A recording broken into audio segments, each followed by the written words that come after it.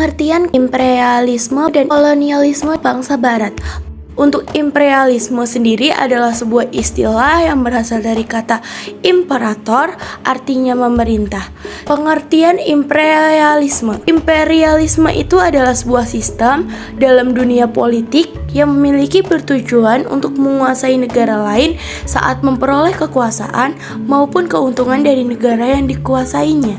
Imperialisme sendiri sudah ada dari abad ke-19 pada awalnya yang dicetuskan oleh Benjamin Disraeli yang adalah seorang Perdana Menteri Inggris saat itu. Pengertian kolonialisme. Kolonialisme merupakan berasal dari kata koloni.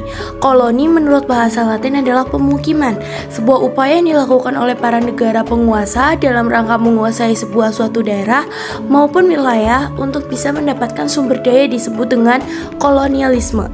Kolonialisme secara umum dilakukan oleh negara yang memiliki kekuatan militer yang kuat. Contohnya seperti Belanda, Spanyol, Portugis, serta Inggris. Para negara-negara tersebut telah berhasil menguasai negara lainnya yang mana termasuk Indonesia. Imperialisme berdasarkan tujuan. 1. Imperialisme politik untuk bisa menguasai seluruh dari kehidupan politik dari sebuah negara. 2. Imperialisme ekonomi untuk menguasai dari sektor perekonomian dari negara lain. 3. Imperialisme budaya untuk bisa menguasai nilai-nilai dari sebuah kebudayaan suatu negara. 4. Imperialisme militer untuk menguasai negara lain karena dianggap memiliki wilayah strategis serta kuat yang dapat memperkuat sebuah pertahanan. Imperialisme sendiri sebenarnya dibagi menjadi dua, yaitu berdasarkan waktu serta tujuannya, yaitu imperialisme berdasarkan waktunya.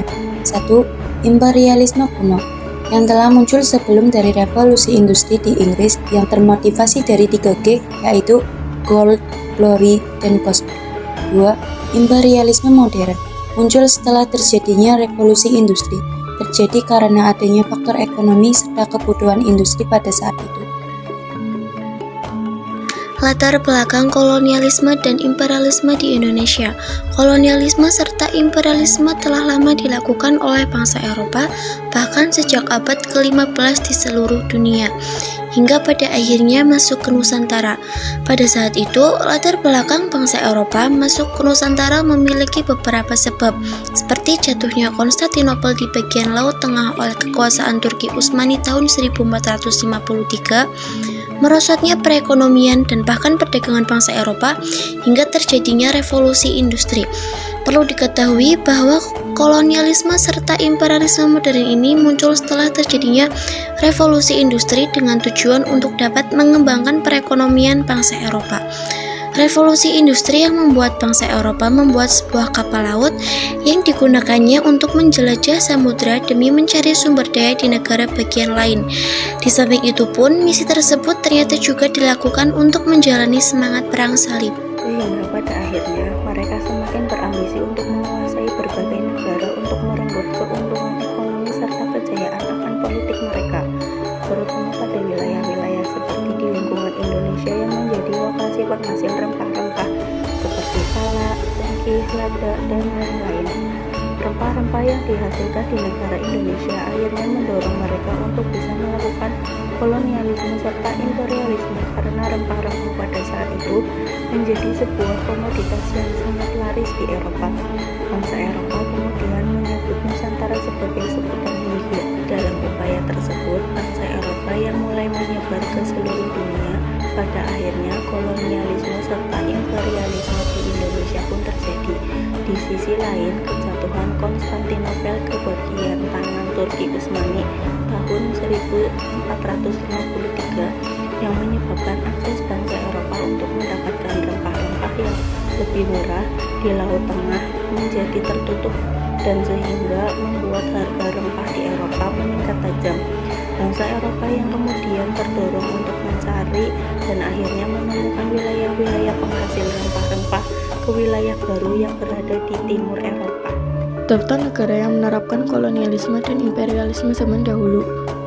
Daftar negara yang menerapkan imperialisme. 1. Spanyol. Dapat disebutkan bahwa negara Spanyol menjadi sebuah bangsa Eropa pertama bersama Portugis yang membuka jalur perdagangan ke negara India. Negara Spanyol akan menguasai wilayah Filipina, Meksiko, Karibia, Florida, serta masih banyak lagi. 2. Inggris.